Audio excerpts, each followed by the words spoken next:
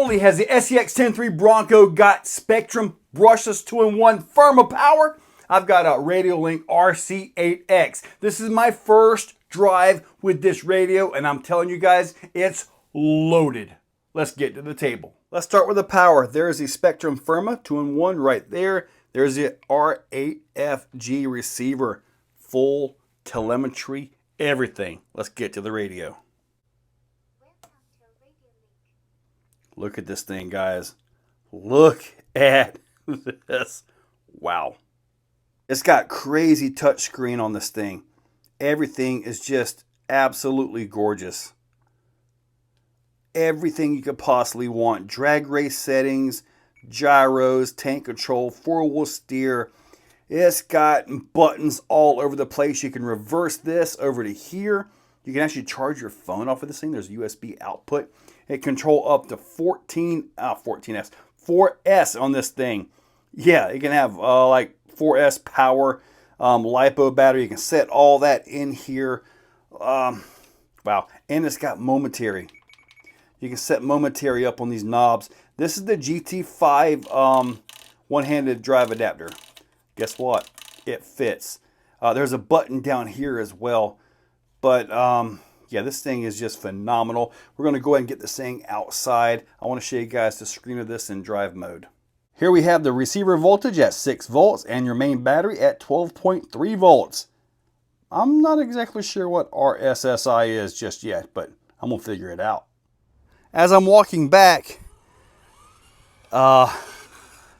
certainly got the power now. I need that rear sway bar on the back of it. Oh, my first crash. This thing's immaculate. Oh, this thing is awesome. Super smooth. I don't really want to mess with that. Nice. So much better power than the stock motor. Ooh, a little rough. Nice. The overall speed of it is perfect. I did use the stock pinion gear, so I just bolted it right in. Didn't mess with any of that. That's nice. Now let's get into the drive. I did set a little bit of expo up on this radio. Now I do gotta say it does look like it's a little bit tall per se, but I mean it runs pretty good. I'm gonna try to do, I may do some of the Yizzer inserts into the tires. I think I want to try to keep the wheels that are on it, the looks, everything, just keep the scale aspect of it and not go wild with this one. I mean, granted, it's already brushless, but I think it's kind of a mild brushless system. No! Ow! All right, there we go.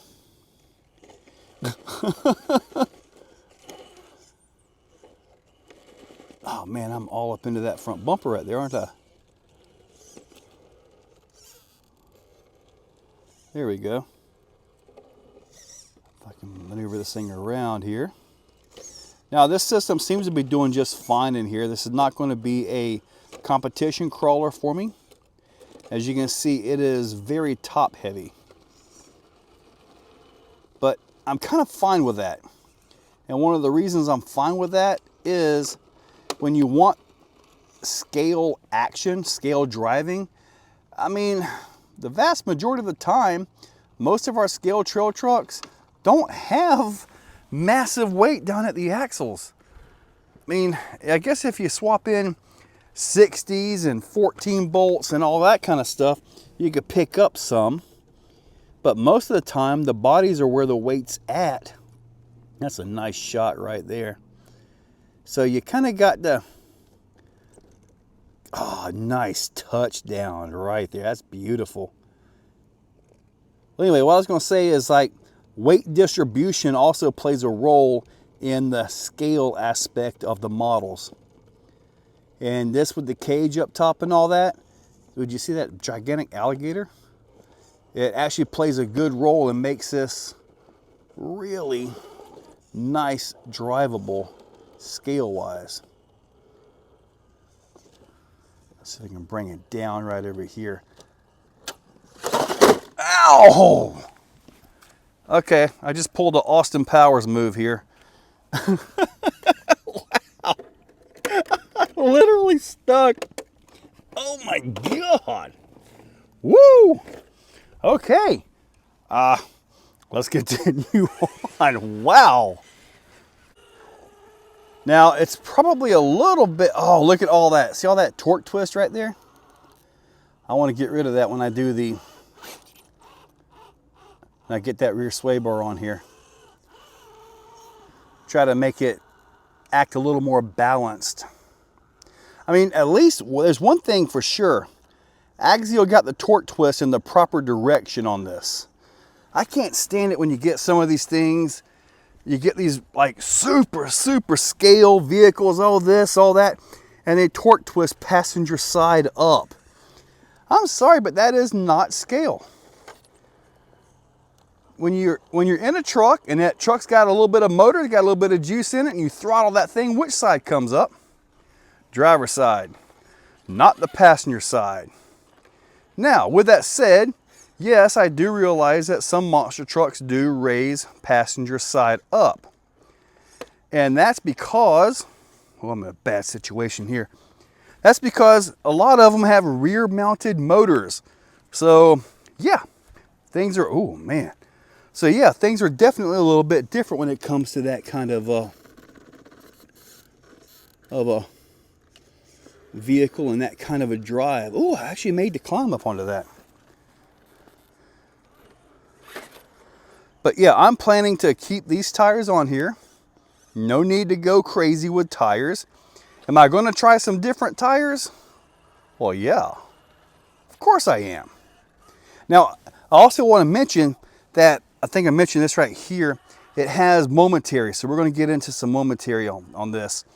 And the dig is actually set up for momentary. Wow, I am just all into these bumpers bad though. I mean, this is probably a little bit on the extreme end of things for this particular vehicle. But give it a little bit of a run here. If I can keep that front end up on it like that, yep, that'll make the pull. It pulls pretty nice though. Bumpers leave a lot to be desired on this thing. Oh, nice pull right there. Oh. Oh. What am I at here? I'm on the slider right here, which is exactly what it's meant to do. Beautiful. Oh boy. Is it? Oh, it just caught that just enough to actually make the climb.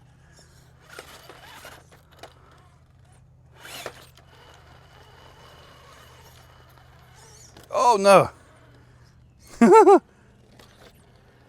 There we go. Now we're going to get into a bad situation right here. If it goes nutty, I'm going to try to throttle it and at least get it off the concrete.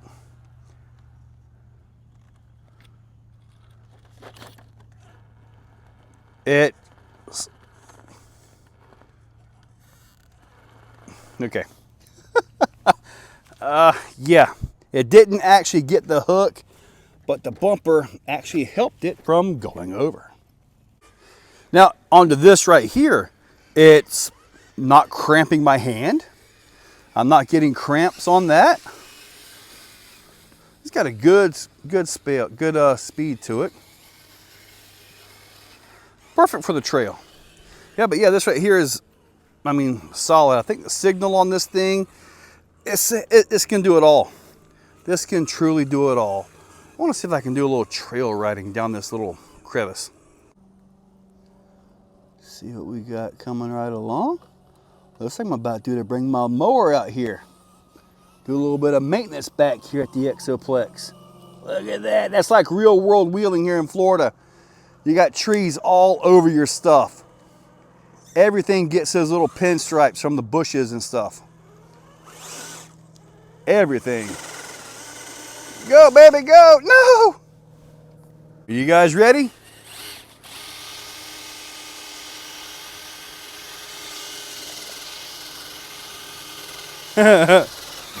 Oh!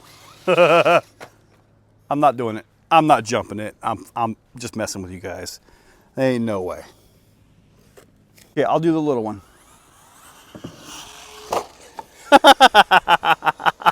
I'm happy.